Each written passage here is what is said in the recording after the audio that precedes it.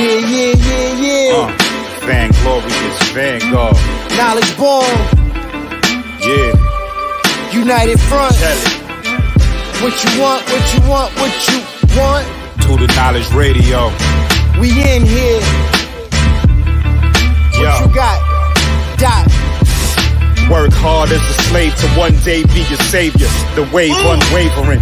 This is a labor of love. Rise with a purpose every day. Invigorated. If we were on TV, we'd be 10 times syndicated. If we waited for validation, a paycheck or accolades, we'd be starved, already lost or ran away. But when you're square, solid, and you circle too, you don't need a place for silence. The concept is conquered through media, not areas of people activity. A mix that don't lose ethnicity, tightness that don't lose elasticity. Explicitly, this isn't where we give the novice regard. Nah, this is where knowledge is born. Last time that I checked, I'm undefeated. Deliver edicts, can't resist when the gods build and manifest freedom. When lines get crossed, they may push a loss, cause they get handed a check. We kick your can and cancel your cancerous gestures. A prophet vision, precision, the prescription for the sickness is to inoculate your fate with the winning. Arrogant beginnings turn to humble endings. And US with KBA is a win-win. 1K, 1K. The man is not allowed to fly a plane in his own country, but you want to convince the world that this man is not only a threat to his neighbors, but he is a threat to the entire human family. You are a liar. Liar, and the people are intellectual cowards who sit down and suck up this filthy lie. Man, I've been rapping for a minute, I don't see how niggas hate on it. Swab Boss the greatest, motherfuckers should wait on it. Even if my album drops 10 years from now, nigga, it's gonna be the hardest album out 10 years from now, nigga. The Swab Boss, you niggas should see that shit. Whatever I am in the old niggas should be that shit. Whatever they say they gon' throw, I don't agree with it. Just add a couple of my old and come at me with it. Man, it's Swab Boss. The reason why these niggas get hauled off, if 100 niggas die for this cause, it's a small cost. I'm trying to get my people on their feet again, nigga, but I'm back smoking weed, drinking Hennessy, nigga. And maybe that's why I'm not back on my shit. It's Swab Boss from 2-6 and moved out to the bricks, hooked up with people from 5th. Now we know we does shit. Now they know they should quit trying to make it hood rich. All that bullshit on your mind, ho, I wish you would spit. Niggas know what I'm about, and they wish I would flip. Niggas ask about a track, they wanna hear that shit, but when I ask to do a track, they don't commit that shit, man. And that's the type of shit that I don't say, man. Niggas know from the go that I don't play, man. Coming straight from the streets, and I can't straight, man. They ain't fucking with him, cause he don't pay, man. Why are the Europeans so insecure about other people in the world? And why do you, after everywhere you go, you gotta kill and murder the rest of the people of the human family? Your history is written in the blood of the black, the brown, the yellow, and the red. Why are you so insecure? Do you know what brings about insecurity? What brings about insecurity is when you have a false concept of yourself. And the false concept of self is white supremacy.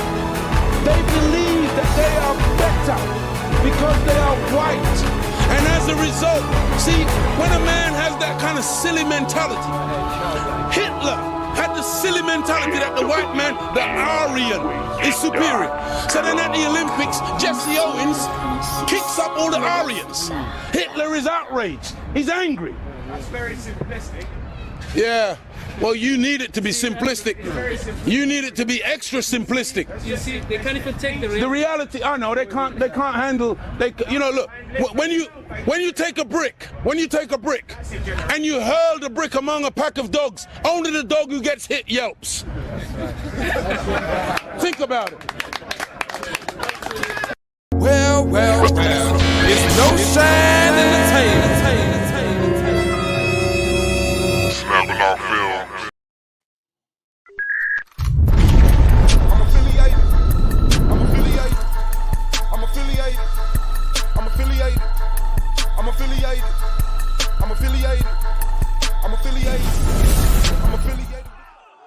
This video is under fair use.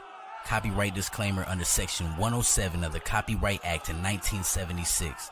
Allowance is made for fair use, for purposes such as criticism, comment, news reporting, teaching, scholarship, and research. Fair use is a use permitted by copyright statute that might otherwise be infringing. Nonprofit, educational, or purpose use tips the balance in favor of fair use. All rights and credit go directly to its rightful owners. No copyright infringement intended. Enjoy. Oh yeah, on your way out, make sure you like, subscribe, and comment, man. This is the Argument League. Turn up.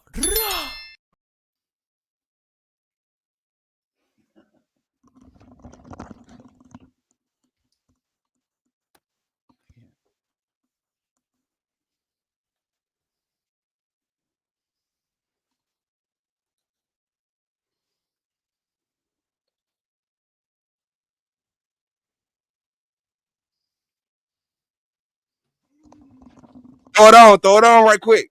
Throw it on right quick. Blackson. Throw it on right quick. Oh yeah, we gonna get this right. Oh yeah.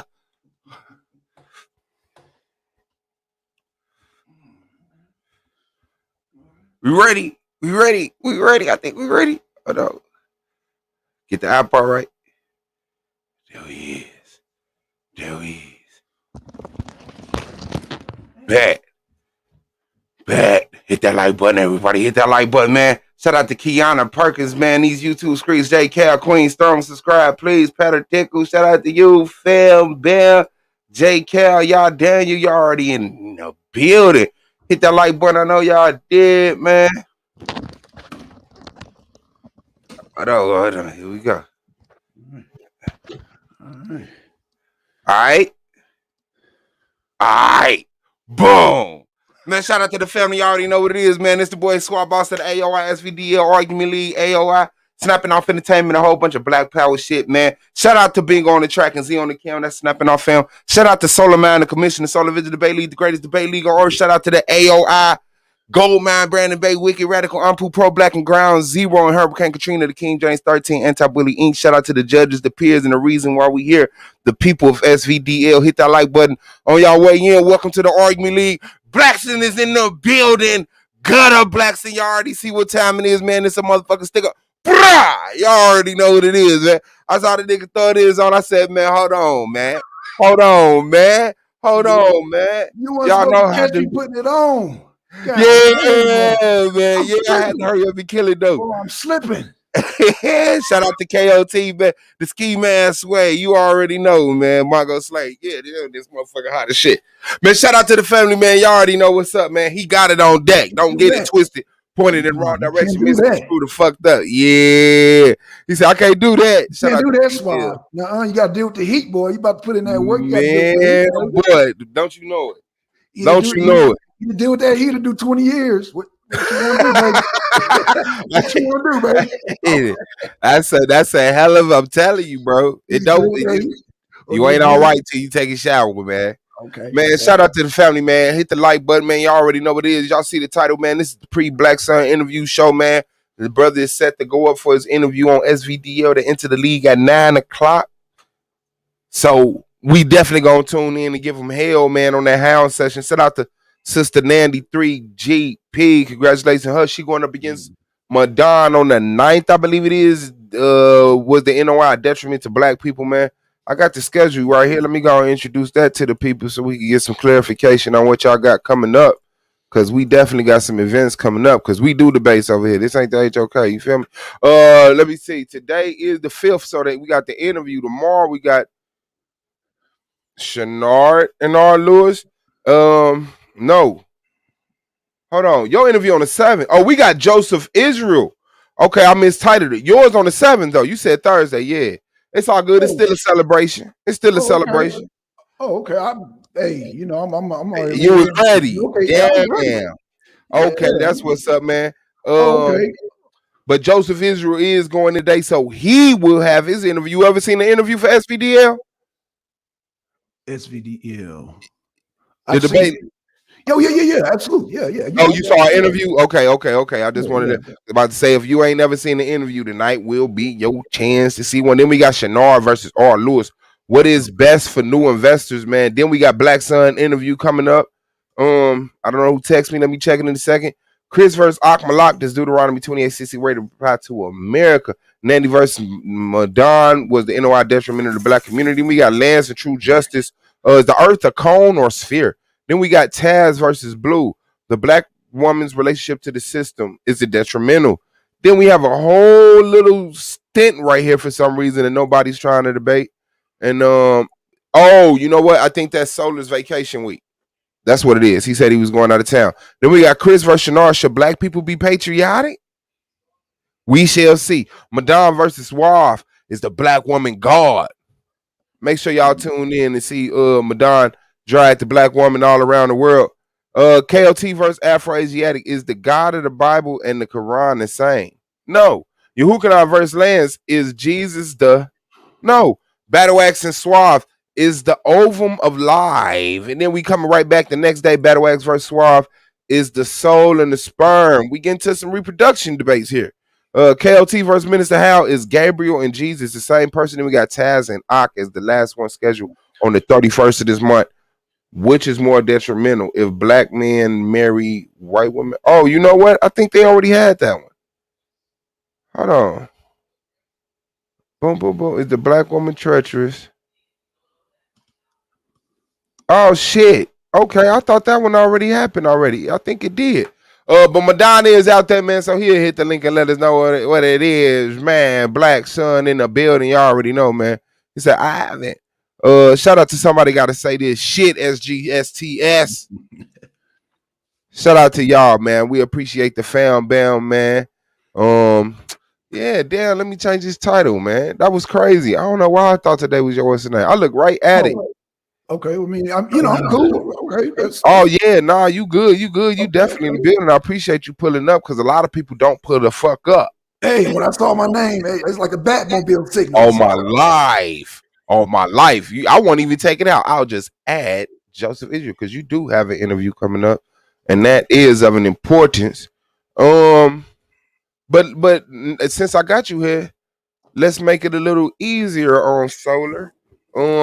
Break down your paradigm, what you stand on, where you come from, what you evolved from, and what you evolving into. Let the people know who you is, man, how you come, man. Don't hold nothing back. All right. So, yeah, I'm just here to challenge the science on all people who talk about religion. Now, if you have your belief, I believe that you're entitled to your belief. However, when you talk about science, I can go through the Bible and the Quran and Torah and see that it's a lot of things that are not scientific. So I just want to clear the air with my brothers and sisters who are religious. Like I said, I'm not here to convert you or change you. I'm here to just correct the science on it. So everything that you talk about, the Bible, the Quran, the Torah, and the Kim and the Nagash, the Naktak Tubas, the Dead Sea Scrolls, we're going to get the science correct on all that. And so after y'all deal with Blackson, you're not going to talk religion with science anymore. You're just going to keep it as a belief where it's supposed to be. And so that's my stance. I'm just a janitor here in the debate league. You know, I'm just a janitor. I'm just cleaning up. That's what Miki in the building. Shabo, karate introvert. So you are into science, or you're into just debunking religion? Like how do you like? Are you a scientist? No, I'm not a scientist. I'm just one of these brothers that learned a real quick lesson. Learned about DNA and how it works. You know, it's funny because brothers have to learn the science, because if you involved in this system, they gonna put the science on you. Whether it's from child support to murder, they're gonna put the science on you. So yeah, we living in that time. So whether you're a scientist or not, the system's gonna force. If you're a black man, they're gonna force you to be a scientist. You may not be a PhD scientist, but you're gonna learn how to read that stuff. And I had to learn real fast. So so you know, I don't have no PhD, but I do. I've been forced to read some science. Let's say literature by the courts. So it is what it is. Absolutely. And I think we asked you. You said you came from a Christian background, though, right? No. I was born atheist. Oh, you was born an atheist. Your family Mhm. practice atheism, or they practice Christianity? No, my dad's atheist, and my dad before him was atheist. Now, my mom dabbled in religion, tried to get me to do religion, and I'm like, no, mom, this don't make no sense. So she just kind of left it alone. You know, she's like, oh, you just like your dad. I'm like, well, yeah, you know. And I teach my son the same thing. Now I give them the choice. I said, you know, this is, you can read this, and I show it, and I'd be like, son, does this make sense scientifically? Like, I don't know. Let me give you an example. Like, I don't know. What would be a good example, Suave? Real good scientific example. Oh, yeah. So, like in Genesis, they talk about how they created man and woman, right? Okay, so now that I'm not going to talk about the first chapter, but in the second chapter of Genesis, talk about how God laid Adam down and then just pull the rib out of him, just yank the rib out of him. You know, scientifically, if I pull the rib out of you, you're gonna die, Suave. Yeah, I'm gonna have some type of complications.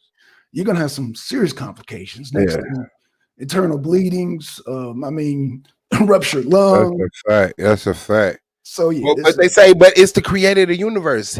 He created everything from nothing. Surely he could reach into a man and pull a rib out and not break skin, right? Well, and that's where your belief comes in. Leave it as a belief, you know. Hell, I believe that Spider-Man and Superman are real. That's just lead me to my beliefs. You know what I'm saying? I believe that, you know, I mean, I could believe a lot of things. I believe one day I can win $1 million. You know what I'm saying? But if we talk about the science, the likelihood of me buying a scratch off and the likelihood of winning, then we got to talk about the reality of the science of that not being a possibility. And that's hitting the casinos for y'all like to hit the casinos, you know, how this thing works, you know, because I've been in Vegas, is that they'll let you win a little and then pull back. Let you win a little, feel like you win and pull back. They're not gonna let you win the house, baby. Facts. Okay. Facts. That's hard. That's the science, but that's the science of that too. Shout out to Ellipses, man, and Malik Rain in the building. Shout out to Al Cantone, who gets blocked. Thank you for the support. He sends me a cash app to tell him unblock him. I don't know what he does to deserve getting blocked, keep getting blocked. But there you go, buddy. Moon Sun said, I believe Moses split the sea. As long as you believe that. No. As long, and that's cool. As long as you believe. But what if they say, since you don't believe Moses split the sea, you going to hell? They're entitled to that belief. I have no problem with that belief. Okay, so what if somebody try to stone you? Taz exclusives in the building, man. Y'all already know what it is. Karate Introvert said, question for Suave. What was it like to have hundreds of people watching you on Taz channel? Kind of nerve-wracking. Yeah, I said, I don't pay attention to the chat. I know, so it probably would have been if I would have been reading the chat, but I didn't do that till like the last half an hour. And that's because somebody, but yeah, man, it was cool, man. It was a cool build. It was a hell of an experience. Like I say, I survived. I think I'm cool. I know Madon died.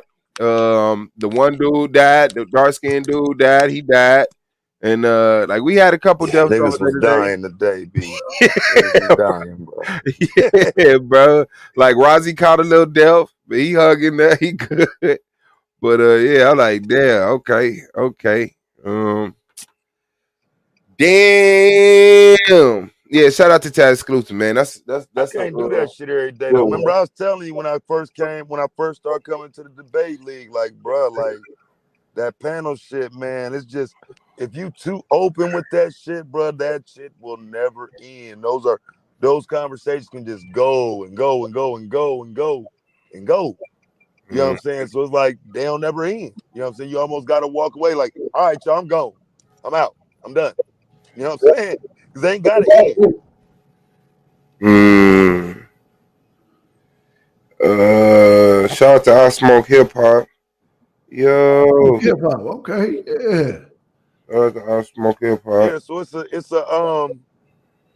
it's an interview tonight, I hear. Oh yeah. I thought it was Blackson, but it's Joseph Israel. Joseph Israel is going in. That's the dude that got the green, yellow, and red flag as the avatar with the lion on it. Who might be like hella fucking loud sometimes. Yeah. Yeah, that's what it is. I'm trying to see what the scores is for last night for y'all. People asking what was 127. What was it? 127 to 43. Bro, you know you said 43, right? Nigga, I know what I said, nigga. Hey, bro. 127 to the number after 42 and before 44, nigga. Hold on, bro. Hold on. Half of 86, nigga. Oh shit. Oh shit. Hold on, man. Let me pull up that post debate show, man. See, I'll be utilizing that time to kick it with Katrina and shit like that. I know. And then hold on, 127. Who got 127? KOT? That nigga KOT. That nigga KOT, nigga came on time, nigga. He said he ready this year, nigga. KOT got a 127 off that. 127 on niggas, bruh. Telling you, man. Hey, all right. Congratulations to him. Let me pull this shit up, man. But that and I ain't watched it yet, but 43, bruh. You know what I'm saying? Like 43, nigga. I don't give a fuck what happened. Oh shit. 43. This nigga got ones on the PowerPoint. I had said it like we might see some threes tonight. We might see some threes. Said he got ones on the PowerPoint. I ain't even looked at that shit yet. They just told me to score, bro. He got ones on the PowerPoint. He got ones on the PowerPoint. Fuck, dog. And then it was what? 124 people vote. 31 for R. Lewis, 93 for KOT. All right, hold on, man. All right, let's see what's up. Let me fast forward through this right quick. Motherfucker said overall, you jumped to probably saw that. Opening round, R. Lewis, a 3 and a 4. Damn. I damn near want to listen to the audio or the reaction to that shit. I didn't want to listen to the audio for the reaction to that shit. Hold on. That's ugly, bro. What y'all think? Anybody else got something else they want to say about it? Oh, A9 hosted? Good shit. No more failures. All right, here we go.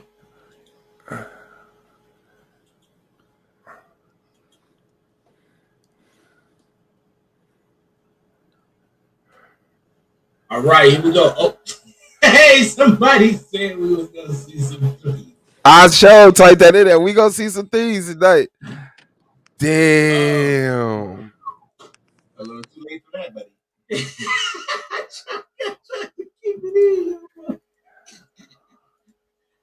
Hey, bro, I've never seen this, so I'm gonna be honest with you. I think Blue has called it. I think we really might be getting ready to see this. So we open it up. We see the brother pulled up. He got a 3 and a 4 in the opening round. I've never seen this before. I'm gonna be honest with you. Since we came up with the scoring system, and this is easily, in my opinion, I think maybe the lowest opening round we've ever seen. And this should be a message to everybody. Turn your camera on, show up with a presentation, and more than anything, be able to articulate what it is that you are about to debate. The judges are telling you they're really serious about what we're trying to do. Brother, obviously. So, we see a 3 and a 4.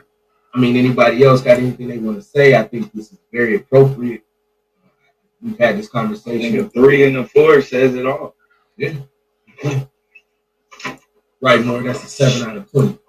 7. But for those that don't understand, because I know some of y'all may not understand the rubric of what's going on, right? The max for each judge is 10 for each side. So that's possible 20 points in each round. That's a 7 out of 20. Bro, we can train our children.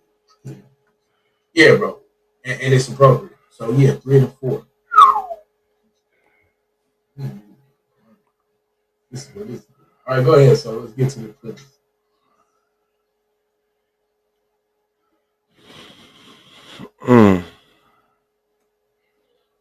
Silence. Yeah. Yeah, this is gonna be this. All right, you pull it together. Yeah, bro. Ain't no one ready to host this shit. 2 3. That's a 6. Ain't no one ready to make some threes seem sensible. Hey, that nigga wasn't ready to explain them threes. Hey, he was like, hey, it's 6 and a 7. You know, both judges felt the same. Oh, 8. Good. That's an improvement this round. Hey, them threes popped up. That nigga, the whole job went out the window. I can't do nothing with this. Damn. Silence, my nigga. I mean, it's gonna be a common thing, bro. I mean, like you said, man, threes. Oh, and it ain't shit. really gonna argue. Ain't nobody gonna say that they disagree with you. Oh, shit. Yeah, let's be honest. We about to see something historic tonight. I thought we can get to it. I mean, you got anything you want to say, Commissioner? Excellent round for Rabbi Lewis.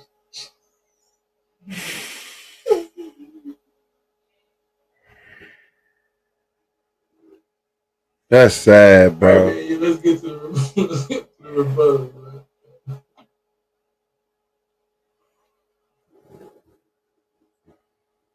Hey, shout out to the judges. Shout out to the motherfucking judges. Silence again, ain't I? Hey, man. Hey, y'all got to say.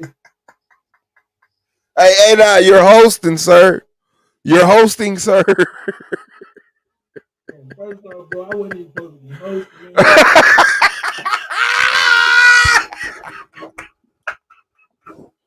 Hey, y'all got me fucked up. Hey, real niggas ain't shit, dog. Hey, first of all, I ain't even supposed to be reacting to this shit. This Domo job, nigga. Damn. I'm not equipped for this. I'm not equipped for this. It looks a lot easier than we actually doing it. I'm not trying not to cook you, bro. Like, no, I'm equipped to go through it. I just want to laugh at it. Hey, listen. Yeah, this is 2 2s. You just saw 2 3. Saw 3 to 4, 2 3s, 2 2s. I mean, we can 22 twos. We can start counting. Have we ever seen? Never. Have we seen 1 2?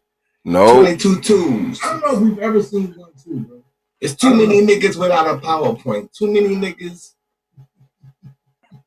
Nope. Hey, I'm going in. Hey, this is what you get. And I'm going to be honest with you. This should have happened a long time ago. And the judges said, like, they had been, lenient. He don't turn his camera on. He pulls up. He talks about his books.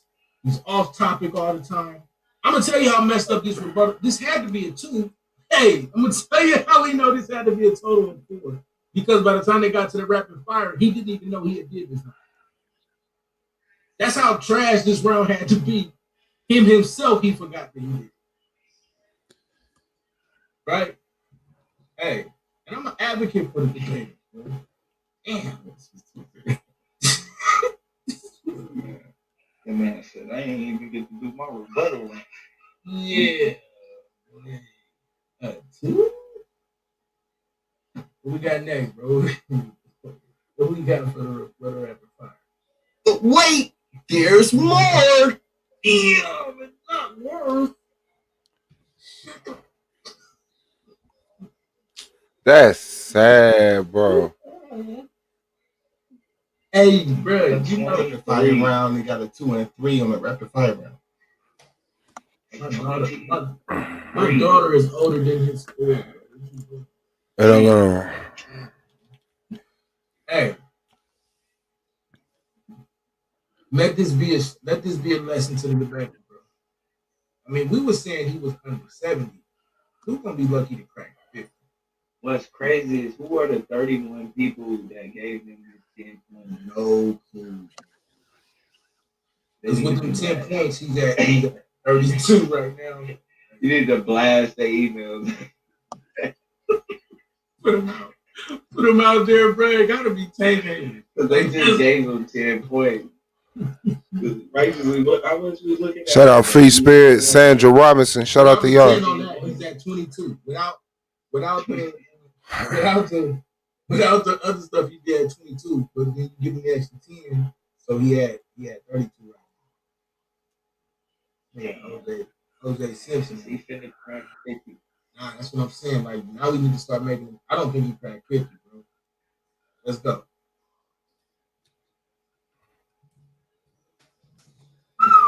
A 1? A 1 and a 3. A 1. Shout out Mrs. S.M. He got a 1. That's fucked up. And then somebody gonna give that nigga a 1. You might as well not even give him nothing, man. Okay. Does. You might as well give him like nothing. Why would you give somebody a 1? How the fuck you earn a 1? Well, he cut his mic off. That 1 is like, oh yeah, he's a human, you know. He's breathing, nigga. That nigga got a 1. That's fucked up. Oh shit. Oh, and you know the coldest part? You deserve it. Oh shit. That's sick. Shout out to the Arena Uncensored. History. Hey, yo, see. I mean, I hate to ask this, but this is where I really thought he was gonna catch it. Let's see the powerful. Oh, yes. God damn, bro. Yeah. Hey, bro. Hey, shout out to the judges for being consistent, bro. Shout out to the judges for being consistent. Bro, is that a high one? Yeah, that's what it is. That's a solid one. That's it's a high one because we really because they can't give him a 0, so that's the highest. That's a high one, bro. That's a high one, bro. Oh god. No, but if I can't get it, that's a low one, bro. I would have gave him a low one, but that's a little high to me. That's high. Oh god. Yeah. I don't know about the one. Oh man. Is minus the option?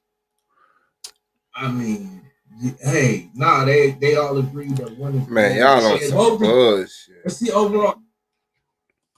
That's a mercy 6. Yeah, he ended up with a 43. Hey, shout out to Rabbi Lewis. Rabbi Lewis, you trifling, bro. Just get out my league, man.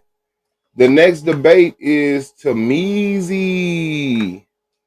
But the same motherfucker in it, man. It might not happen. It's Shanar vs. R. Lewis. 2 gentlemen that I do not want in this league. 2 gentlemen whose debates I'm ashamed for people to actually come into contact with S.V.D.L. during. I'm not excited about that at all, man. Shanar had a debate before. No PowerPoint. He fucked it off. He say he gonna come better this time. Maybe he will, man. Maybe he will, man. Maybe he will, but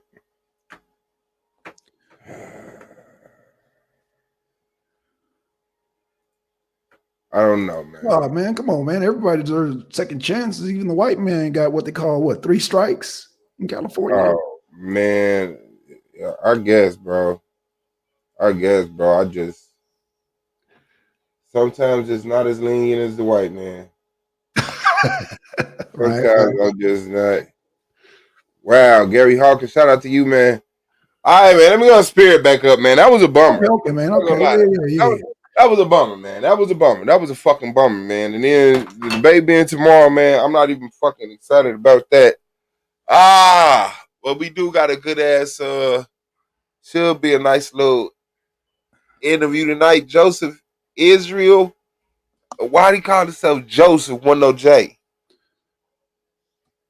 See? That's that fake Israelite shit. You can't be a real Israelite and have a J in your name. But I think that is what it is. He's standing on the Israelite paradigm. So y'all know how that hound session go. I see what's up. It's gonna be a whole bunch of Israelites showing them love and shit. Of course. Trying to get them up under their wing and shit. Hey man, I like your way of thinking. Just to find out this nigga fucking. Wait a minute. You mean to tell me there's some Hebrew Israelite cliques up in here? What's going on around here? Goddamn niggers always clicking up. What's going on around here, Swab? Yeah, man. It goes down. Say what up with the mask. That was just the vibe today, man. I saw him throwing them on. I was like, man, right here. Let me throw this shit out. So yeah, we came in with that ski mask intro today, man. You already know what it is. Say controversy. I guess. I don't know. Alcatone, is this why you were blocked before? What the fuck he do, man? Oh, Beach Street tank top. No. I've seen this brother 3 times. Tank top every time. Tank top every time. I was the tank top king. They used to drag my ass because I used to have the regular wife beaters and shit. Like I got a bunch of them motherfuckers. So like the first season, I used to always stream with a tank top. They used to drag my ass for that shit. Thanks, sister Nandy. You are the best. Yeah, Nandy, cool as hell, man. Tell that whoever it is. Not only do I switch up tank tops, I switch up ski mask also. Oh crap! See, there you go. I had a black one. He had a black one on. You come back around with a green one on. He say, he lucky. I ain't judge. He would have got 0 straight across the board. No PowerPoints, cam off, never spoke on topic, forgot what round it was, spoke about his book and other scholars. Yeah, I mean, to tell the truth, I would have stopped the debate and kicked him out the league live. Dang. Tell the truth, I would have stopped the debate, kicked him the fuck out of the league live. What's wrong? I got a question. You got it, big bro. So the cash debates, do they fall under different rules than just a regular debate? Because I was under the impression that was just a regular debate. Yeah. No, that was a regular debate. So that was in the cash. That was in the cash debate. No, that wasn't the cash debate. Okay. So the cash more debates are under the cash debates are a little more string like they own it. Yeah. Okay. Yeah. Shout out to Nyame Ubuntu. Somebody call the police. Who need help? Call him. Oh, call him on Big Bro.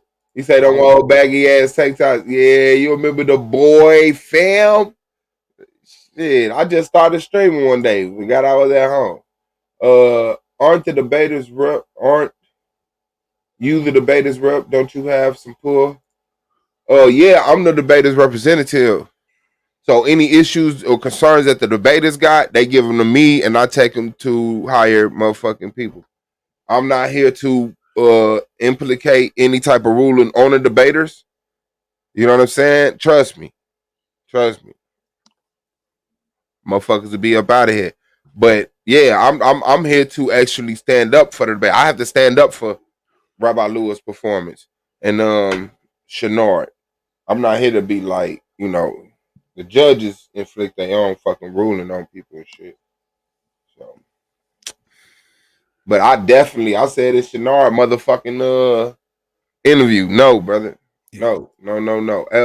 Suave boss, you still undefeated. You are about 75-0 now, man. You already know, man. Fuck it. Prove me wrong. Yeah. Speaking of masks, I want to give a shout out to Anon. He got his new mask. I like your new mask, Anon. Yeah, man. He had the when he came back with the LED joint, it was wild, bro, because he got it to the point where the words can go across it. Right. Like S.V.D.L, this, that, and the other. Yeah. Appreciate that. Yeah, appreciate that, Anon. Changing that mask up. Appreciate it. If you would have caught him last year, was it last year?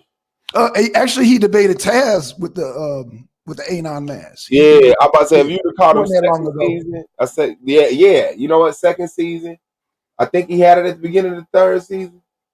Like, yeah, he'd have been in a real fucked up predicament. But now it's like, man, yeah. But shout out to A9, man, the champ, man, holding down 2020, 2021 S.V.D.L champ. We coming for you, homie. I just don't see these niggas lasting. I don't understand the point and the principle behind them even wasting our time. Like Shenard, he really seems struggling to think. Shenard really seems like he struggles to think to me, man. And to put together, to actually have some researchable content, to put it together in a presentation, I question him on that. I think you yawning on the nigga? Yeah, I think he's questionable on that, and even like his topics, like, and this sound like a good topic, which is best for the ground level investor. I think it's like real estate or stocks or some shit like that, or bonds or some shit. Sounds like a great what's the name, but they just don't. He just don't. Neither one of them dudes get their thoughts across in the manner in which sane people get their thoughts across. So it's like it's hard to respect what they doing when they fucking off topic and bringing up stuff they think is relevant that ain't real. Like, that don't prove your point, bro. That don't prove your point, man. What did he say, sis? Oh, I don't know why I thought that. He said, "What's your prediction for the debate tomorrow?" Shit. My prediction for the debate tomorrow is that Solar Mind will stop the debate and kick them both out the league live. It will be the first time it happened, but I'm telling you, it's season 4. You never know. But them judges, I don't, but I think it's the judges are there to judge. Even if it's a 2 performance, they say, hey, I'm here to judge this bullshit. But the commissioner has that power to say, apologize to the judges, apologize to the one debater, apologize to the people watching. But, this through ski wooski. We can't do this no more ski woski. For real, all that lazy ass shit, man. And then that be the shit that had clown motherfuckers thinking they could just join the debate league. That be I could do that. A motherfucker would have saw that shit and been like, man, I could do that. Damn, Swall, you put up a good point now. Now that you bring it like that, goddamn, yeah. No, yeah, damn. Because this is serious and you got to do some serious work. So yeah, I would yeah, now you done see how it's not that hard to persuade me. It just gotta be logical. It just gotta be logical. Just come with me with the logic. That's all. That's all. That's all. That's all. See how easy I am. Absolutely. Damn, man, that's crazy. So, what were some of the things? I think I asked you yesterday. What were some of the things other than religion you would like to debate? What other things are you into? If somebody I like to debate nutrition. That's a good one. Black people, we suffer from the highest case of diabetes, high blood pressures, gouts. I mean, we are top of the list. Our diet is all screwed up. If somebody's willing to debate that, I'm willing to debate that. Let's see, diet, religion. What else fucks up black people real bad? That I know I can get goddamn Grand Slam homers on. I mean, those 2 topics I know I can get Grand Slam. Do you think black people have to eat food to sustain their body? I do. So you don't believe that we can feed from the sun or from the oxygen? Oh, no, come on now. No. For real? I do believe, and it's always been proven that we can eat. We don't have to eat animal products, which is the reason absolutely heart disease, high blood pressure, diabetes. Like I said, the 10 top killers is the diet. So we always talk about the white man and the white man this, the white man that, but we eat the white man's diet, which is killing us first. It kills them too, but it just takes them a little longer to die. But we end up down like that. getting, like I said, heart attacks, strokes, all that. So yeah, to protect grandmama and grandpapa, we got to change the diet. Real talk. You know what I'm saying? And I'm almost 50. We gotta stop this, oh, you need protein, you need protein to survive. No. We don't have no protein deficiency here in America. We don't. There's never been no cases of nobody dying from a protein deficiency here in modern day America either. So no, that's a no-go. So if somebody's want to debate that, it might be kind of boring. I don't know, but it's I think it's a good learning experience. You know what I'm saying? This is why I asked that question. I saw this example of a dude said he went without eating for 70 years. No, I don't recommend that. No. You know what I'm saying? Now, if he could do that, if he can do that, Swab, then a lot of us can go without damn animal products. Fact. It's a scientist baffled by Project Johnny, man who doesn't eat or drink. June 1st, 2010. Champ is in the building. In a country remarkable for tales, powerful deities, exotic mystics, blah, blah, blah, blah, blah. Project Johnny said that he has lived for more than 70 years by absorbing water through a hole in his palate. He is regarded as a holy man by some and a fraud by many. Johnny spent more than 2 weeks in April and May under the observation of doctors at Sterling Hospital in Western Indian City. Died. We studied him for 15 days with him taking no water or food, Dr. Sudi Sarva told ABC News. Shah said that Johnny gargled water and took baths but consumed nothing. While thin, Johnny is healthy, doctors say. Somebody doesn't take water for 7 or 8 days, he surely dies. Now, I remember people saying, you can't go 3 days without drinking water. I did that on my own. I went 3 days without eating or drinking anything. So I knew it was longer than that. But this dude, like they say, he studied him for 15 days. Well, you got to realize that Jews in Auschwitz, they survived a long time without food and water too. The ones that weren't gassed. So, I mean, I'm not saying it's impossible, but I'm saying it's not healthy either, because you get a lot of side effects that could come from that. The eating, because you need certain nutrients in order to survive. So I would definitely not recommend that, Swab. I see that the guy survived, but I just, he get a broken bone. He can have all kind of respiratory problems. I mean, especially not in this day and age of the age of Delta. No, I wouldn't do that. See, I shouldn't have showed you that. I should have got you on that debate. Oh, there was the nutrition debate? Yeah. Do you have to eat food to live? To sustain your body? Oh, that was actual debate. Well, like I said, I mean, okay. Let me ask this, Swab.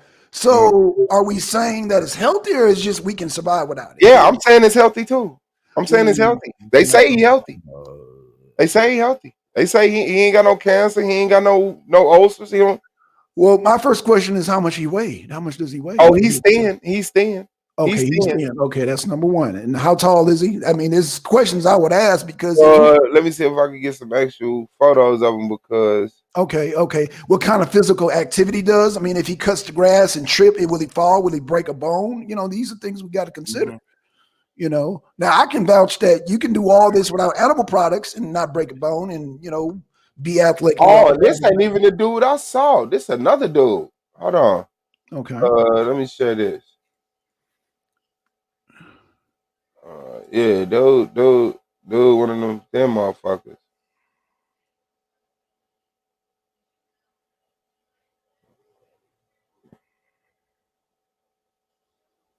Man. So he a frail, older dude. There you go. But he can still fold his legs and hold himself up on his hands and shit.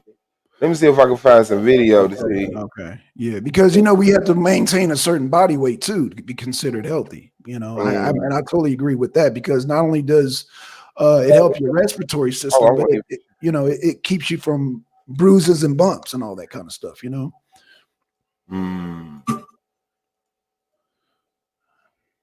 What is that?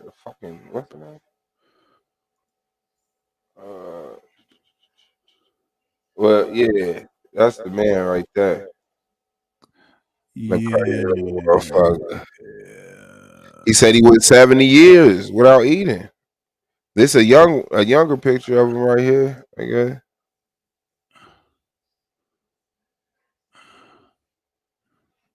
He went 7 years without eating. God damn. That's a younger picture of him. I guess. Okay. I mean, he doesn't look too skinny. That's the crazy part. He ain't too Yeah. like I'm thinking he don't look hungry. The nigga don't look. No, he look normal.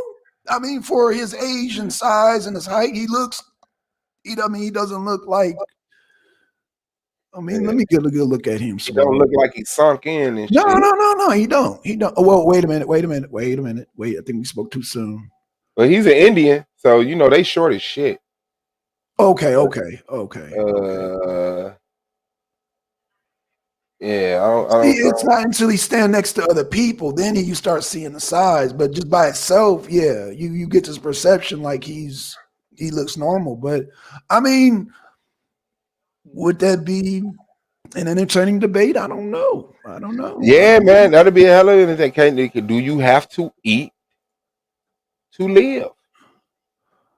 A9 is in the building. Hold on. Hey,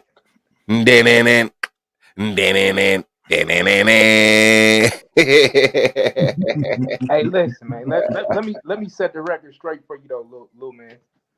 First off, little man, how old? Whoa! How old are you, son? How old are you, son? I had changed. How old are you, son?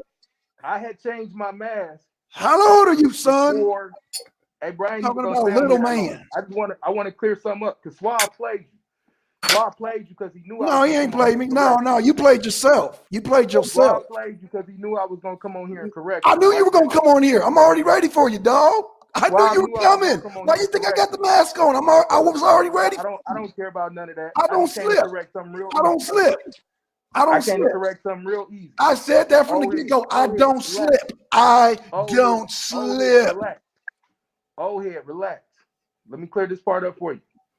I changed my mask when the playoffs started. Nigga, you changed your mask because you didn't want to be associated because Blackson schooled you on our organization. Stop the lying, nigga. Stop the lying. Stop the lying. You just gonna steal that credit. You know it's proof he had that mask last year. You want to debate? Did he? Okay, did he debate? Yeah. Did he not debate Taz with the anonymous mask on? Yes or no? Hey, we got the receipts. Don't say nothing. We got the receipts now. We got the receipts. Hey, look, hold on. We got the receipts, nigga. You right. Hey, look, let's put you debated Taz with the goddamn anonymous mask on. Let's put $100 on it right now. Let's put $100 on it right now. No, don't get quiet. Let's put $100 on it right now. What's your question, man? No, I don't do bets. What's your question? Oh, okay. Hey, Swab, pull up that debate real quick. Let me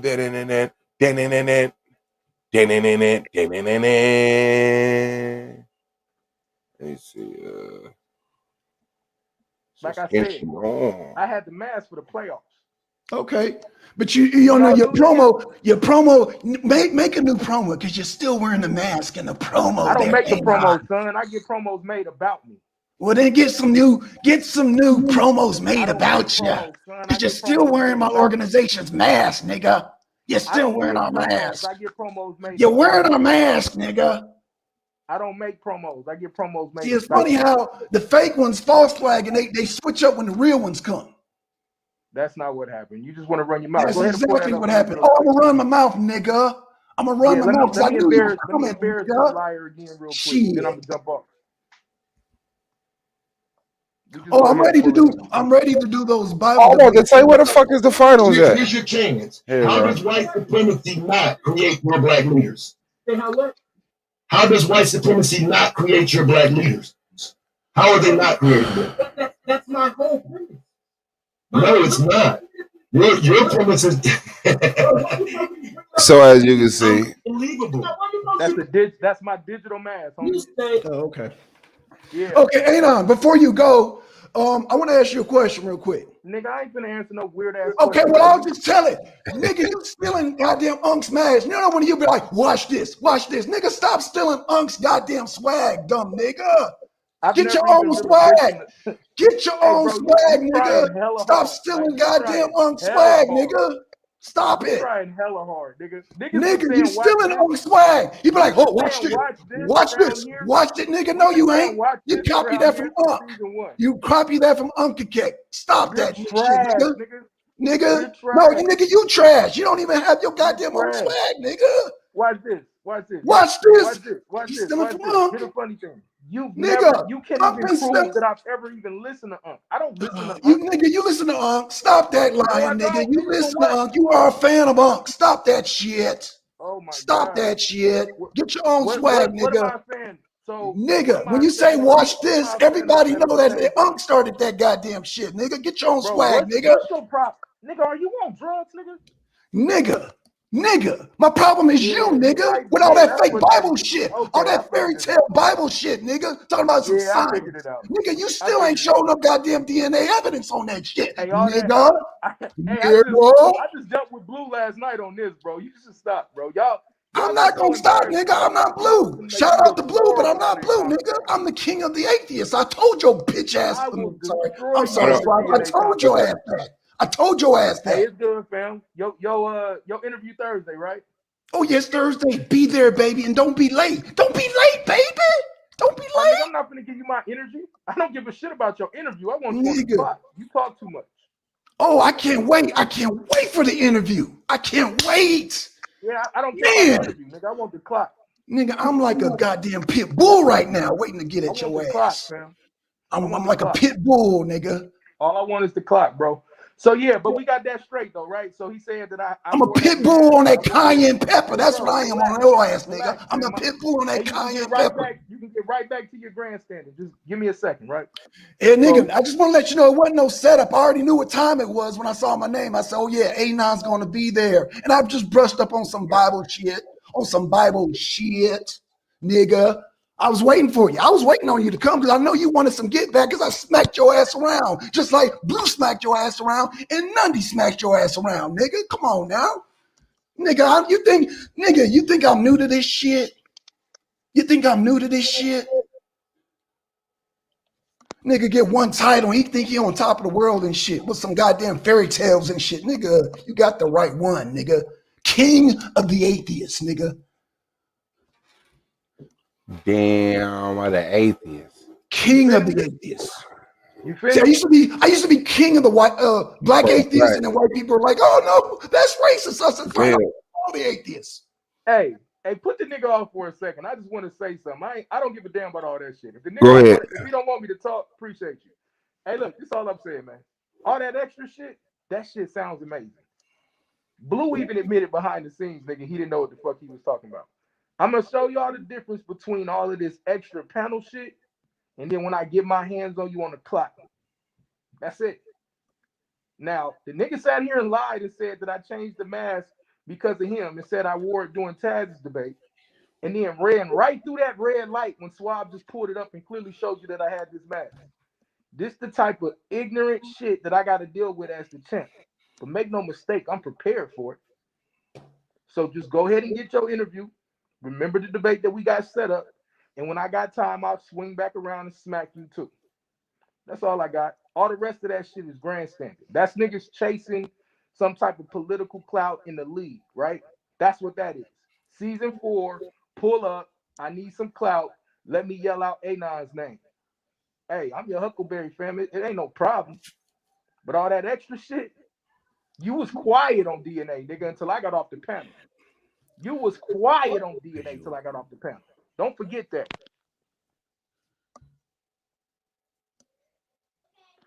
All right, so yeah, that's all I got, man. All that extra, like, miss me with that. That's you. That's your old man. You need some attention. Go do your old man shit. Can I say something for the record? I just had to clear up the mask shit. Okay, you cleared you made your point. Now can I make my point? Man, I tell you when I'm finished. I wanted to clear up the nigga, mask fuck shit. that. All the rest Even if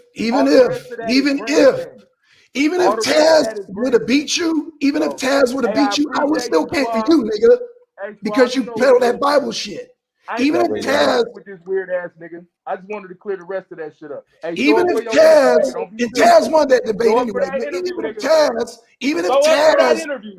even if Taz won the debate, I still would want to debate you, nigga, because you peddle that Bible shit. Even if Taz was a champ right now, I still would want you. Just to let you know, so it ain't about no clout chasing. I'm here to goddamn clear up with these goddamn zealots, these religious zealots. As far as I know, Taz is not a religious zealot. If Taz was still the champion, I still come after you. And I would have told Swab, I want all the religious folks. That's what I want. That's my specialty. Even if Taz was still the champion. That's a fact. Coming for them zealots. Yeah, y'all better calm down, man. Put some logic with that religion. Yeah, it just so happened a zealot beat Taz and got the goddamn champion. It just so happened to work that way. But I want Nundy to tell you, I wanted the zealots. That's the reason why I came here for these. I don't think Anon is zealot you looking for. He's a zealot. He's a zealot. Oh, he's the one I want. But you know what? In all fairness, I'll work my way up. I'll work my way because I know how that's to go. I'm not going to disrespect no other debater, so I'm gonna work my way up like the PGs. I'll go through the PGs, just get out of it. And even if he loses a title, which he will soon, I will still debate him. Even if, let's say, just hypothetically, Taz was a champion, I wouldn't go after Taz. I wouldn't goddamn clout chase and go after Taz. I'd go after him. Because as far as I know, Taz don't Bible thump, so I don't have no interest in going after Taz. My interest is going after Anon. So even if Taz was a champion, I would still go after Anon and all the rest of these religious zealots out here. Taz never came out of his mouth talking about mixing the Bible with science. So I have no beef with Taz. Now, if Taz want to debate nutrition, then we can go there. But I mean, I'm not interested in debating, Taz because he got the title or he don't have the title. I'm saying if Taz still was a champion, I would still go after this goddamn Anon. Straight up. That's facts. See, you letting that champ stuff go to his head. No, it ain't even about that, dude. I want to goddamn clean up this goddamn mixing religion with science, man. Belief is not a science. Knowing is a science. Believing is an uncertain goddamn thought pattern. It's uncertain, a lot of uncertainty in that. And he's uncertain about his title right now. But I hope you can keep your title, but I predict you're going to lose your title very soon before I can get to you. Because people are already taking down notes. They're already taking down notes, man. They're debunking that Bible stuff, man, already.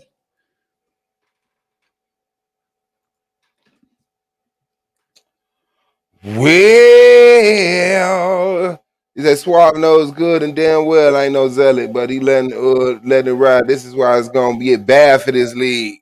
Oh shit. Sent by the devil himself. They said, Blackson, nobody cursed y'all for believing in black ancestors, white science, and your own failure of mind. So why disrespect if you don't believe? Kiana Perkins, who is the devil? No one here will ever attest to me being a zealot. Facts.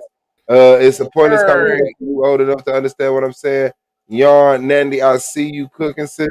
The destroyer of nations. T Ducky is in the building. What's good with you? All is well. What's up with the big broski and what's up with Blackson? You know, I'm here to bring the carpet out for you, kinfolk. Appreciate that, man. Hey, check it. Why don't you need to let them know like that book wasn't even constructed to be put together or read like the way it was. Every book was an individual book on its own. It wasn't until the Roman Empire and some of them Egyptians put that thing together, and then you got this conglomerate called the Holy Bible. But New Era King, all I'm saying is that don't mix science with it. Because you already know we gonna I could break down the science in the first chapter of Genesis. Like the first lack thereof. Right. And the first and second chapter don't even match up. Genesis chapter 1 and Genesis chapter 2 don't even match up. They saying two different things. Chapter 1 says God created man and woman. And then chapter 2 says God created man and took woman out of his rib. Before the sun. The next chapter over. How they survive without the sun? Why? Oh, don't even start me with the creation of goddamn. They talking about cattle. Cattle. Cattle is a domestic invention made by man. But they said cattle was made in Genesis. Let's just skip all the creatures of the sea, the squids, the goddamn, all the life forms in the sea. Let's just skip all that. Man, come on, man. That dude ain't ready for me. But you know, if he manages to keep his title by the time I climb that ladder, hey, it's gonna be it's gonna be a bad day for him. It's gonna be a bad day for him anyway, regardless. Because I'm coming for him. Even when he loses the title, I'm still coming for him. Still coming for him. So no, I'm just let him know it ain't no clout chasing. I'm still coming for him, even if because he gonna lose that title real soon. Because people gonna lose Black Son's talking points against that Bible. Like I said, Genesis chapter 1 and Genesis chapter 2 don't even line up scientifically. Come on, man. Come on, man. No. Hey, no, bro. You're not going to even make it to the Exodus because you're not going to even make it past Genesis. You're not going to make it past Genesis. Trust me on that. Going to break down that whole, oh, man. Ooh. This should be interesting. Hella debates flying out his unlearned mouth. Nandy, I apologize in advance for what I do to your partner. Oh, that's Nandy partner. He said, crazy guy. Yeah, this dude lives crazy with milk bottles in it. Shout out to Alcatron, man. Jamelis points of conversation. Oh, okay. I said, he don't know I'm the champ all season, no matter what happens. Yeah. LOL, he on the tank's radar now. Up.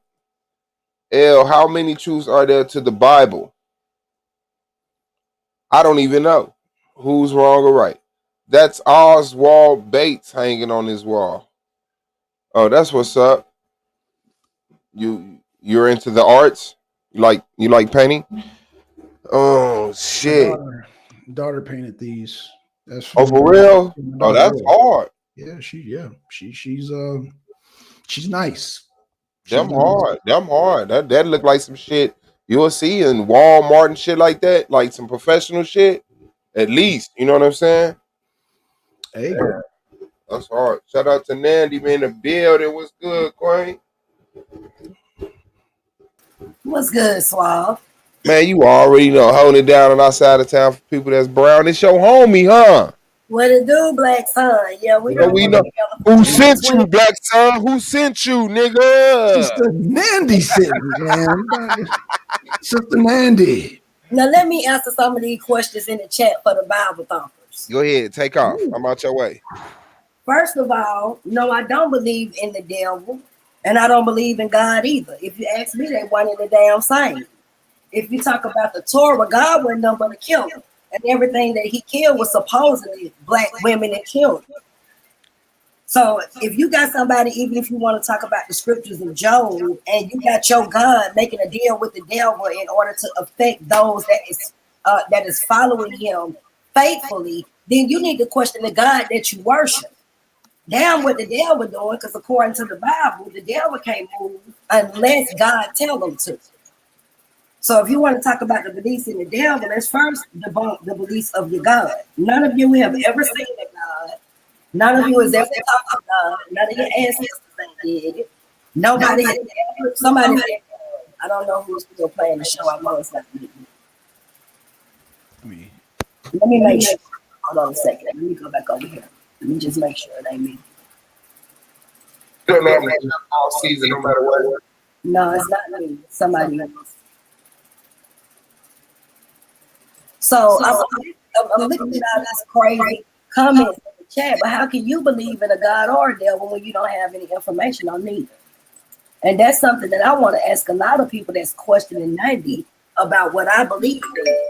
I believe in whatever I deal with every day. I believe in information that has been proven, whether it was scientifically and or historically. Anything else outside of that is bogus bullshit to me.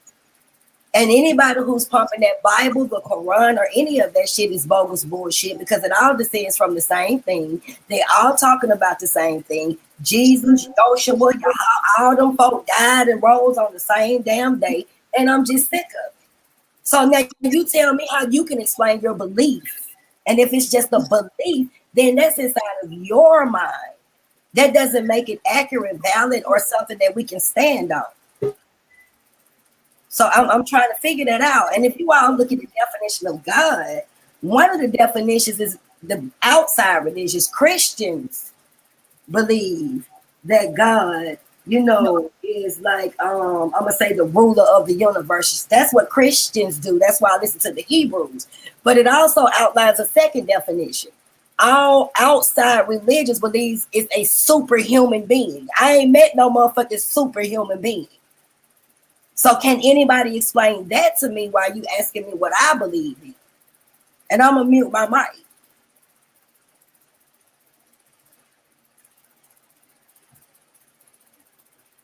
I'm waiting.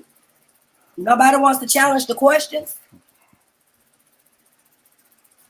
No. Did they have the link to come in? No, Nandy, I think they Wait a minute, I'm reading the chat. Oh, okay. Okay, no problem. No, I'm not clueless at all, Asiatic Lion. You're actually clueless because there's no such thing as Asiatics. No, you're clueless.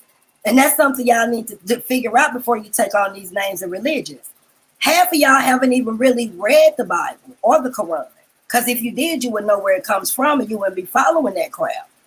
So don't sit here and tell me about I'm clueless to something when you probably couldn't even quote 5 scriptures out of your Bible or your Quran, whichever one you follow, and when it's all one and the same. So don't even come at me with that. You're clueless to what you're following, which is white supremacy through the mind. Enslavement. That's what those books teach you. And that's why you all are enslaved now, following some shit you don't see, following something you don't know, bowing down to the white man, a damn blonde hair, blue-eyed hippie. Ain't nothing wrong with none of these. I'm not clueless to anything. And don't come telling me Jesus was damn black because black didn't exist then. So Jesus was a damn Jew. The God of the Hebrews is what the Bible teaches. That's who your God is, the God of the Hebrews.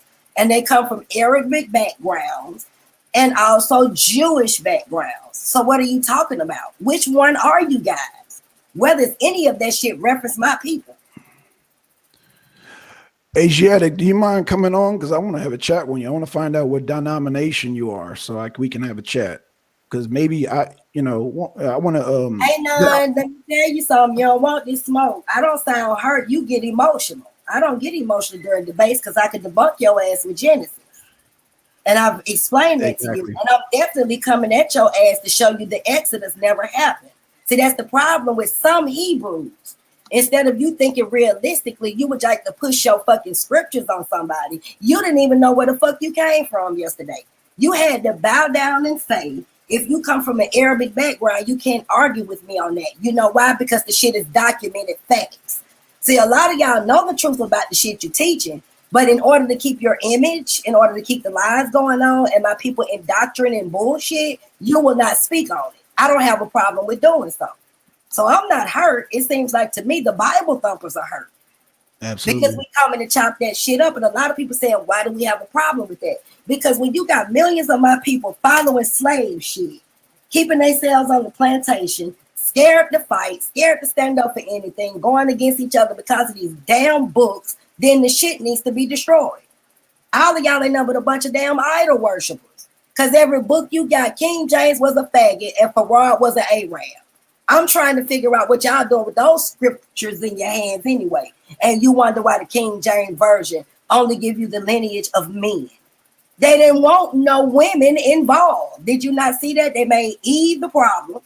They took out all the information on the women. But everything the man doing is supposed to be worship.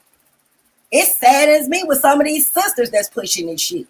How can you push the book that teaches a lot of the men to go against you as a woman?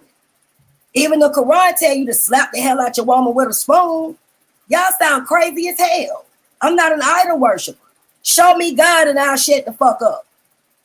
Until then, I understand the breath that's in me, the spirit that's in me, and that's what moves. Anything else, show me your God and I'll shut the hell up. And none of y'all can't do it. Your Moses couldn't do it. He was talking to a damn burning bush. Now, I ain't the brightest person in the world, but I ain't never seen fire tell me shit. Farad did the same thing, hid in a cave, and said something came to him. But it's funny to me, Moses really couldn't speak. really didn't understand what was being told to him. That's why he had to go get fucking Aaron. And then you go over here with Wallace Farad Muhammad, and he couldn't read or write. How the fuck can y'all be following people that can't even read, write, or comprehend to the shit that's around them? But you allow this shit to be pushed in your fucking community. I'm gonna mute my mic because I go on and on about this shit. Read first before you be telling me what I'm clueless on. You can't pull scriptures out your ass and you didn't read the whole chapter to see what the fucking story was leading to. No, don't move your mic. Because I want to tell the Bible that I'm waiting on them to jump on the panel with that bullshit. Yeah, Asiatic lion, please come on. Please come on. I just want to ask you a question. Melanated goddess, I'm not trying to destroy people's faith. Faith in what? Why the fuck did these Arabs and these fucking Catholicists and all of these people destroy my people's mentality? Why the fuck did they infiltrate my people and destroy their land? Why the fuck did they come and force some shit on us that we didn't want to preach? And now we got black people today forcing this same shit. How can you question the faith of people if you're not even trying to free your people from the enslavement that so-called got us here? So what faith are you believing in? What the Arabs done taught you? What Judaism taught you? One of the harshest slave trades, which was the Jewish slave trade. The Arabs, which was the harshest trade, the Arabic slave trade. And this when you all start seeing this bullshit, all of these religions that they giving you. What you mean? I ain't questioning no faith. I'm questioning lies.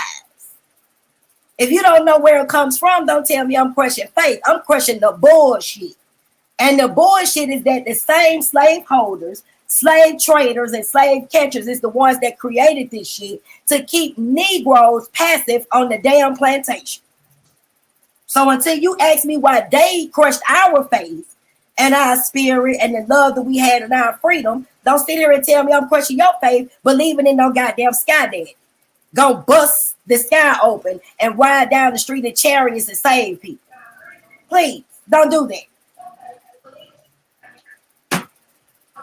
Shalom, about time. Shalom. I'll speak to you in your language. Shalom.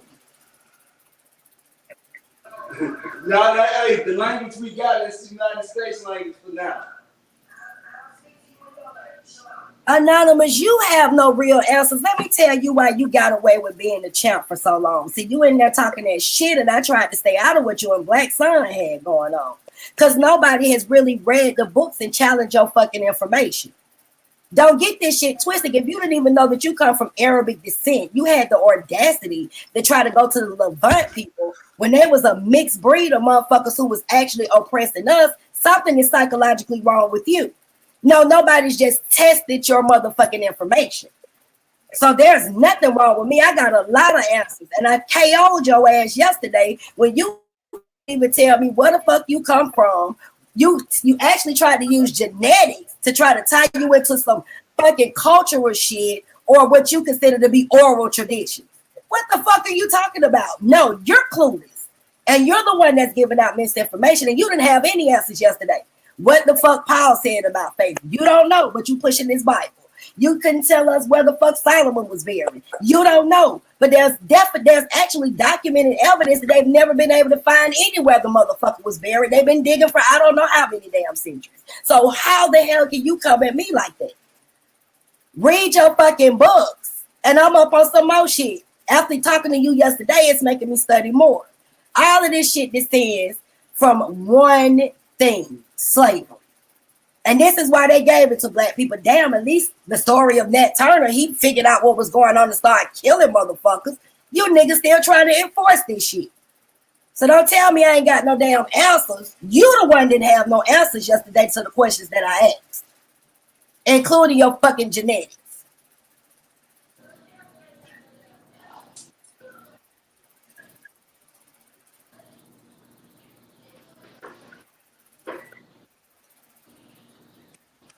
These people was not empowered with these systems, melanated goddess.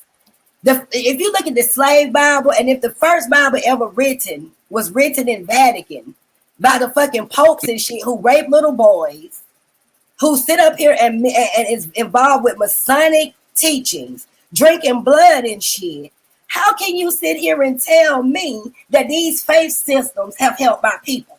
It has fucking destroyed my people. One, the main thing that they wanted to do is divide and conquer us with this bullshit. And look how divided we are now. That's why Malcolm said, put that shit in the closet. That's right. If that's what you want to deal with, put it in the closet. We got one common thing that we fighting against. The fucking oppressive system and our people that's out here that's enslaved.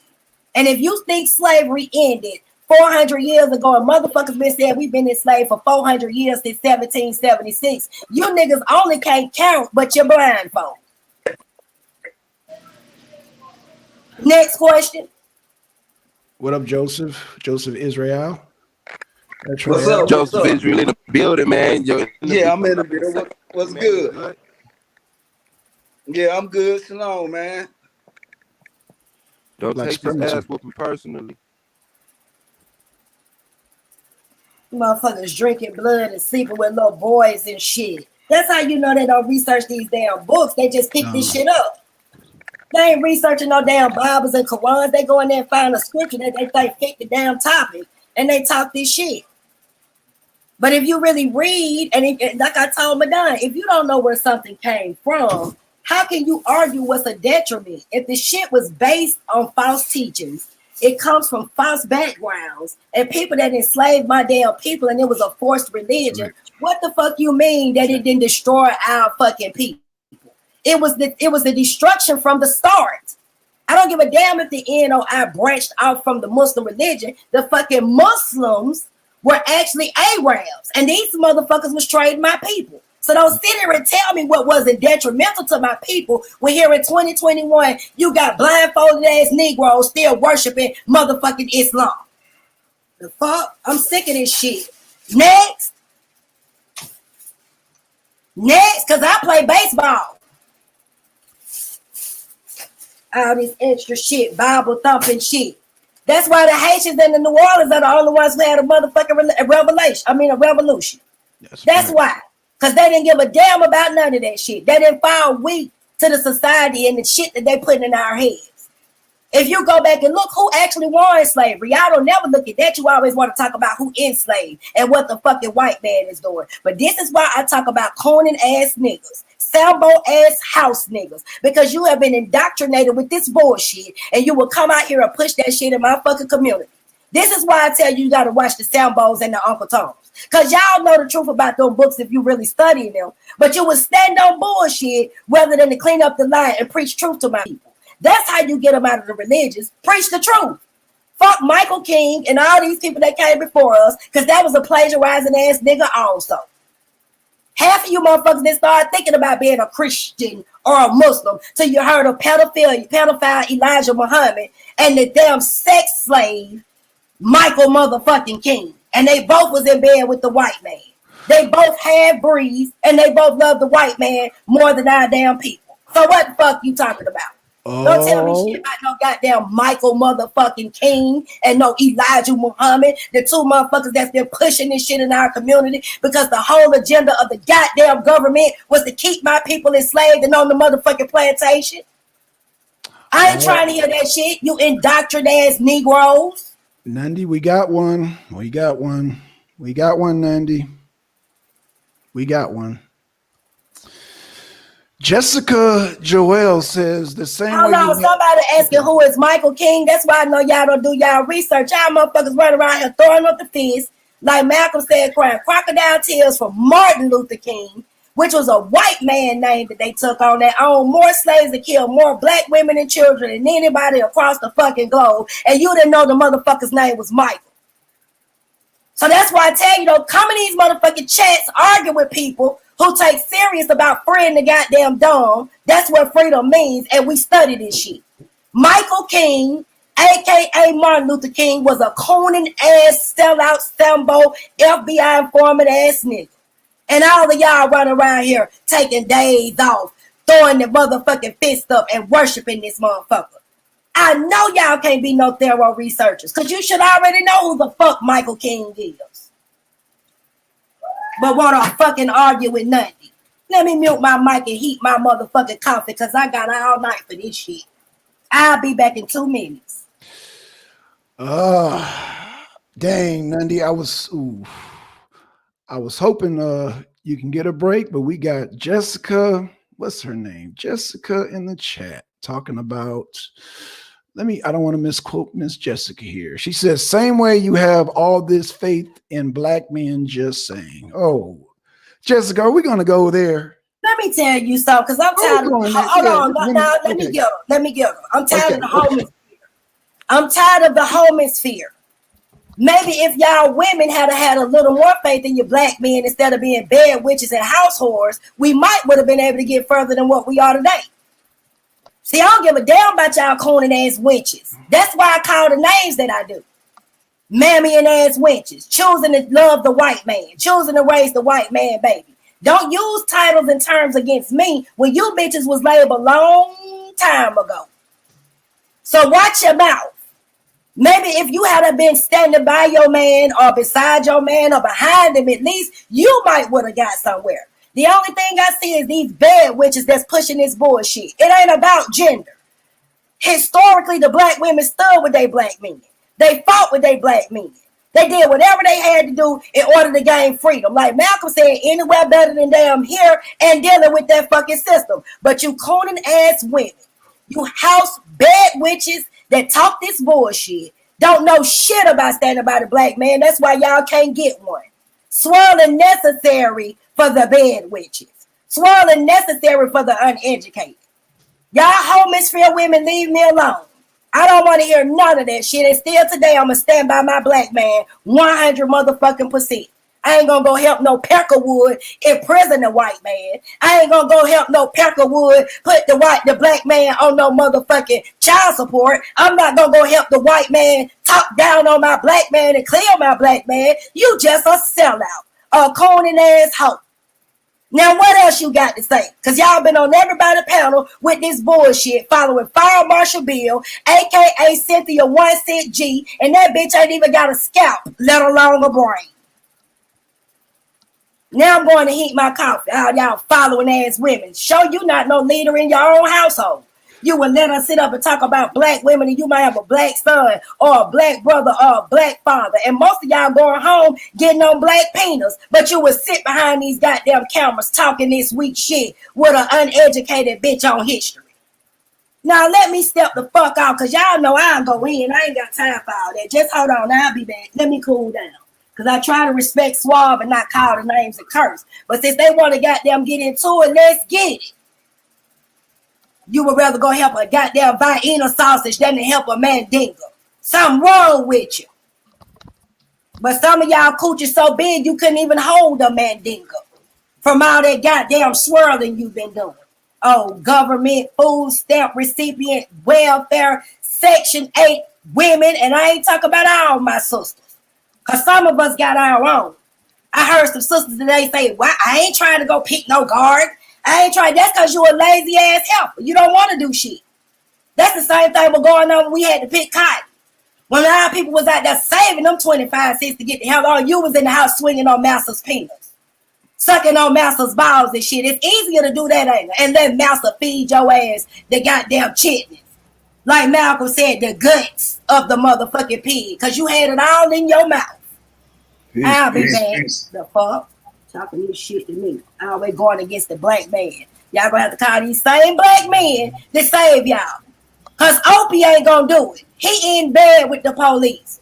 And I've seen a bunch of times, soon as Opie get mad, you're his nigger bitch. Or his bed witch. And he will send your ass to jail. Because he remember and remind you you got black in you. So what are you talking about? It's Sister Nandy. Peace to you. Peace. Peace to the panel. Can I ask you a question? Sure. Are you aware that two of the main leaders of the Haitian Revolution were Muslims, Mackandal and Duddy Bookman? I don't care anything about that. They didn't have that shit involved in their movement. They didn't have it in the revolt. You know, it's not about, feelings or what we care about. It's about, with the factual information. Asiatic. How I can we prove that? With you, No, because I'm an expert in Haitian Revolution. How can you prove that? Because Bookman, he practiced voodoo, not he wasn't in no.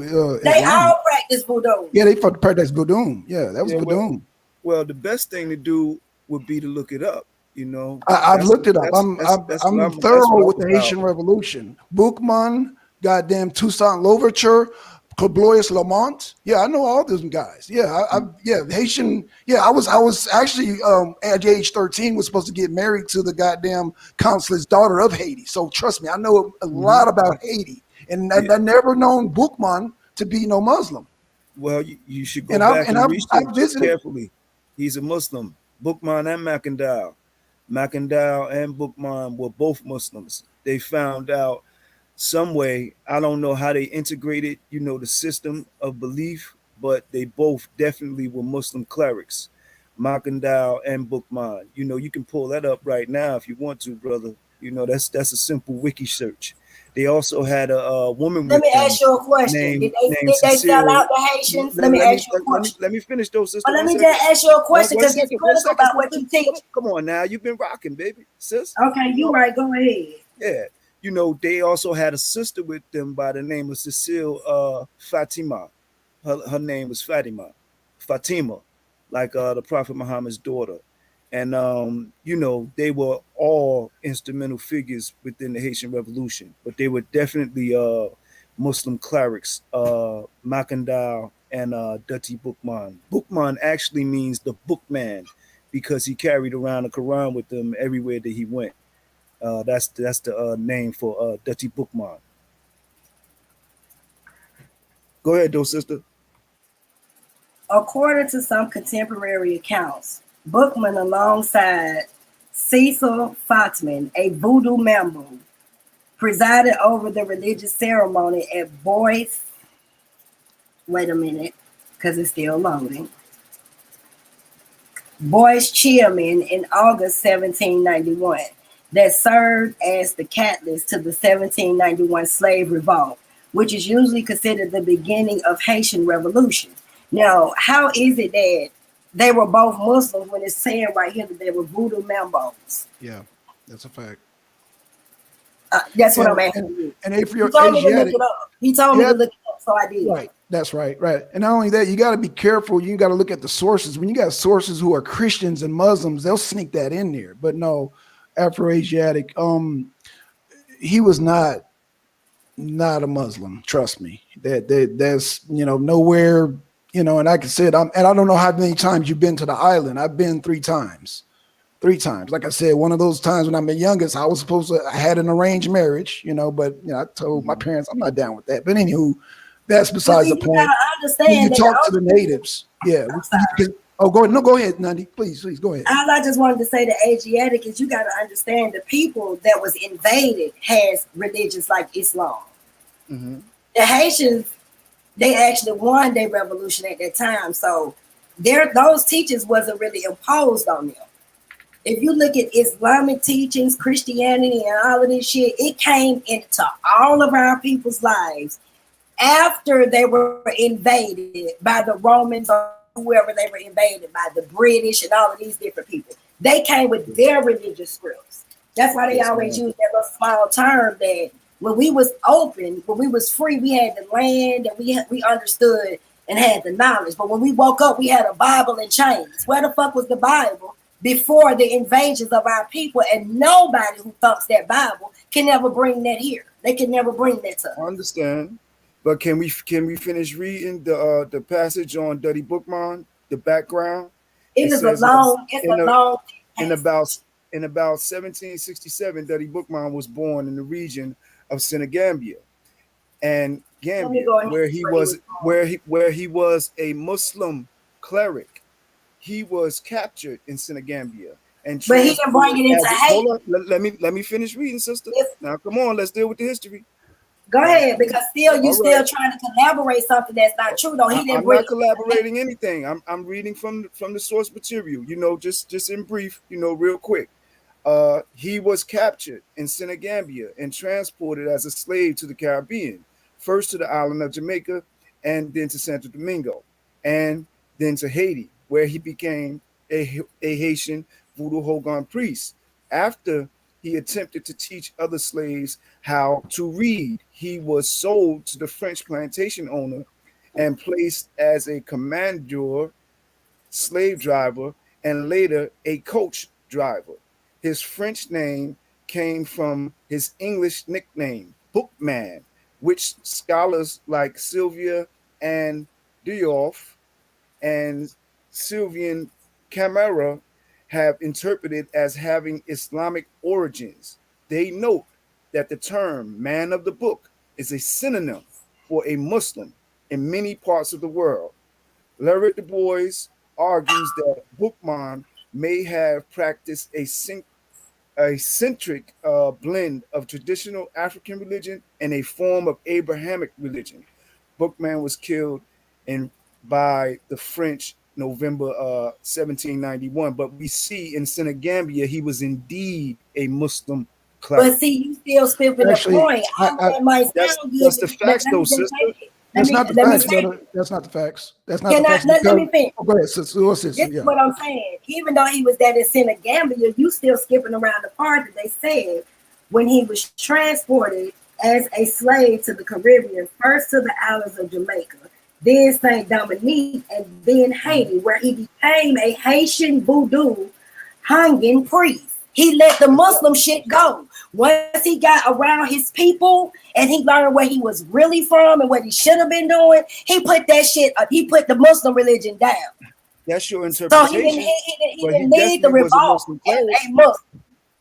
It's a lot of y'all that might have been Muslims that came over here being Hebrews, but is that right? What I'm saying is this: when he got back to his ground people and he realized the indoctrination information, because you got to remember, he was transported as a slave through several different areas. The Caribbeans had already been raided by the Spaniards and shit. Then you're talking about Jamaica. All of those religions was enforced on a lot of people in those areas during the slave times. But once he got over there with them Haitians and figured out what he really was, he told that shit, he put that shit down. He didn't continue being a Muslim. And that's what's important. Because I was thinking about the Haitian Revolution. We could do Macandal too, in brief, real quick. He was also a Muslim cleric. He was also a Muslim. He was a Muslim. That's just like you. If you're enslaved in prison, that's just like right now. If you get arrested and they put you in Breakers Island, let's just use that. And the only thing they teaching your ass in there, according to their rules and regulations, is Muslim religion. That's what you're gonna follow. But he's just like any other African or whatever you want to talk about. They realized who they really are, and they separated themselves from those religions that was indoctrinating their minds. So we don't give a damn about what he was in slavery. We talking about what he was when he was fighting for freedom. No, he was a Muslim before he was enslaved, sister. According to the article, I could go back. I know what I'm saying because I could go back to show you where even there they were enslaved. I tell you what, go ahead and I'm gonna pull up the information about where he came from and if they were enslaved by the Arabs. You go right ahead and let me pull this up. I'm gonna be quiet for a minute. This is the one on Macandal. Haitian historian Thomas Mudeau states that Macandal had instruction and possessed the Arabic language very well. Early sources identify him as coming from Mount Atlas, which spans the Maghreb. But contemporary scholars, such as Sylvia Diouf, have speculated that he may have been from the modern-day nations of Senegambia, Mali, or Guinea. During his interrogation, he allegedly repeated Shahada, testimony of Muslim faith, in Arabic several times, and even translated its meaning to his French captors during the interrogation before being condemned to death. So his final pledge or his final words were La ilaha illallah Muhammadan Rasulullah. Those were his last words, according to just this brief wiki article right here. Of course, we could go on and do further research. I myself, I have done so, but this would be a very simple. Did you say Wikipedia, like wiki, like Wikipedia? Yeah. Yep. Oh yeah, brother. No, brother, you don't want to use Wikipedia as a source. No, you don't want to do that. You don't want to do that. Why can't we accept Wiki as a source? We accept Wiki because it's not reliable. They teach you that. In basic level college that is not a reliable source. Yeah, Yeah, because it's people nothing. change that all that the time. Yeah, you don't want to use Wikipedia, bro. It's nothing You to don't be want to do that. upset about. You know, it's Oh no, I'm just not that upset. facts. It's not. Facts Yeah, it's not a conflict. reliable source. Facts It's not a reliable conflict source. with what y'all are saying. You know, That's the not a facts. Let fact. me ask you a Can question. I, okay. Let me ask you a question, Asiatic Lion. Was in Gambia enslaved? Yes or no? Senegambia? Yeah, Senegambia. Was Well, I'm not that, sure, that's a yes sister. or no It's a question. yes or I'm no. not sure, sister. It was. It was. And when it's, and not only was it enslaved, the people who supplied the chains were Muslims. That is a fact. Okay, well, Mansa Musa didn't accept Islam under terms of slavery, and Mansa Musa controlled trade from one end of Africa to the other. But That's we what are made talking him about the so. Senegal. That's what made him But so wealthy. Bookman No, did come we from the talking about Senegalese. Muslims. We're talking about Muslims. That's Okay. what we're No, no, talking no, no, about. no, no, no, Black no, no, no, no. Muslims. Listen, bro. We're Listen, talking brother. about black Muslims. Bookman came out the port of Senegal, correct? Senegal, correct? Mali, yeah. Okay, Mali, Senegal. Okay. Mm-hmm. The chains that were supplied on the west coast of Africa was supplied by the Muslims. The Muslims made those chains, not the Spaniards, Okay. not the English, not Let the me see the Dutch. source. Let me see the source on They were that. Muslims. It was the Muslims. Let me see the source on that. It's there, brother. I want to see your sources. How about you show me your sources, I'll show you mine. And one more thing. When Bookman, hold on, listen, brother. Let me speak. When Bookman was buried, when they say I'm that pulling it up for you now, so I'm gonna share my screen in 1 minute. Let me find it. Thank you, Nandi. Afro-Asiatic. When Bookman was buried, when he did his practices, actually it was mixed in with V.D.L and Catholicism, not Islam. So yeah, I give you credit as far as the European religion mixed in, because they used the little figurines and all that. And even when he was buried, it was figurines. So does Islam use figurines? No, they don't. That is a Catholic practice. That is actually V.D.L mixed in with Catholicism. No, Islam is nowhere in sight. Nowhere in sight. And you're talking about somebody who's been to Haiti 3 times. Uno, dos, trece. How many times have you been to Haiti and done your research in Haiti? See, you're doing your search on Wikipedia. My wife is Haitian. Okay, I'm okay. Yeah, my wife is Haitian. Wonderful. Your wife is Haitian, but so she should be able to tell you, unless she knows anything, that your information is totally incorrect. How old is your wife again? No, that's you mind me not asking? what she said. But yeah, I'm sorry. How old is your wife? If you don't mind me asking, all due respect. No, go ahead though, brother. I'm listening. How old is your wife? By all due respect, how old is she? Because she may not even know her proper history. 37, brother. 37. So yeah, bro. She was born here, or was she born in Haiti? Because she's pretty young. She was born here, but we could get off. Oh, she was born here. Okay, she was born here. She was born here in the United States of America. So she's a Haitian. She's what we call Haitian American. Yeah, Haitian American. Okay, so what I'm saying is that she probably doesn't have any thorough research from the people from the island that will tell her that it was V.D.L and Catholicism mixed in. No, the people who, the only Islam that was goddamn Muslims are the ones that provided the chains that wrap around their legs and feet. Those are the only Muslims. According to the Smithsonian Institute, a third. Come on in, Kadan. Come on in, Madan. Come on, baby. Africans that were brought here, they were Muslims. A third of them. We have, according to the Smithsonian Institute, a third of the African. We have Saeed. We have a few individuals. No, brother, I don't doubt that there were some Americans that were Muslims. I'm talking about the Haitians. I'm talking about specifically Bookman. Bookman was not a Haitian. I'm sorry, not a Muslim. He did not practice Islam. No, he practiced what we just read. Yes, he was. And V.D.L. But a third of the people that were brought here off the slave ships were already Muslim. And they were known to, according to the Smithsonian Institute, they were known to be erudite, meaning that they were just far more intelligent than their masters. They were very literate, and they were known to be erudite. That's according to the Smithsonian Institute, not myself. But You know, I hear you.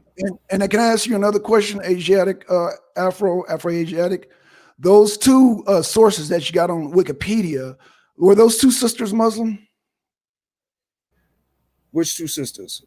I think you said the two sisters that cited the sources on Wikipedia, the one that Fatima? you read. Yeah, Fatima. Mm-hmm. Were they Muslim? I believe, yeah, Fatima. Fatima, Oh. yeah, that's a form of Fatima. Yes. Okay, so she was Muslim. What about the other researcher? Which we only have Oh, two you're talking sources. about the on there. researcher? Yeah. Yep. Yeah, she was Muslim also. Mm-hmm. Oh, okay. So everybody take a note of that. The two researchers on Wikipedia were also Muslims. What that mean? No bias. No bias is there. No bias is there. No being biased there. That's what that means. Madon, come on, baby. I mean that don't hold no weight though. No, it does hold weight. It does. It holds a lot of weight. It holds a lot of weight because people who do research, and if they're not, and especially you only got two sources on Wikipedia, yeah, they're going to put in. They could just put that in. They could just put in and write whatever. They can say, oh yeah, during his execution, he said the salat and this and that. And she's a Muslim. Come on, man. There's bias. Come on. You do know during slavery. Blackson, you do know. Can you share my screen, please? Well, Blackson, you do know during slavery, right? Mm-hmm. You had black people coming in and out that was under the faith of Islam. Oh yeah, I agree. No, I agree with that. I'm just saying Bookman wasn't. Yeah, all I'm saying is Bookman. Bookman. What I'm saying is a lot of these ships stopped in Haiti before it got here. Wait a second. Right. It stopped. It stopped in what we call Hispaniola. Right. Absolutely. In those islands. I agree. Right. Yeah, you had black people that was going over as Muslims and all that. Right, but what I'm saying is Bookman. I'm not denying that there were Muslims being transported here. What I'm saying was Bookman specifically was not Muslim. From my sources in Haiti. I can't speak on that because I can't speak on that. Okay. Well, I'm speaking on my sources in Haiti. Oh, well, go ahead. You got it. Yeah, I'm just speaking on my sources. You know, the people I know in Haiti, the times that I visited Haiti, because I'm one who I love the revolution of Haiti, and for cut on to my sources, you know, they practice the doom and they let you know that. Well, you do know there was a lot of people in Haiti that wore fezzes, right? Back in those times. I'm just talking about Bookman, brother. I'm talking about Bookman. I'm saying back in that time doing that, they had fezzes. And most of those that had fez on was practicing. Okay, so Bookman didn't have a fez. No, I'm not saying him. When you that's what I'm saying. No, Madon, I'm not arguing that they were not Muslims. I'm saying Bookman. Let's get it straight. Bookman, Claudius Lamont, and Toussaint Louverture. They were not Muslims. Those people I can confirm were not Muslim. Well, I'm not sure what exactly Toussaint practiced because he was native. Brother, my question to you also would be: Do you know the creator sky god of Voodoo? I'm sorry. Go ahead. Do you know what the creator sky god of Voodoo? Do you know the name? Yeah, I think it's. Oh, go ahead, Black. Oh no, go ahead. I think it's. She got to share screen. I think it's. No, educate us, brother. Educate us. No, the creator sky god of Voodoo is Dumbala. Okay. Yeah, I was just asking, you know, because I've done a little research on voodoo and voodoo. Okay. Voodoo. It's Dumbala. But the sisters we about to share. Cool.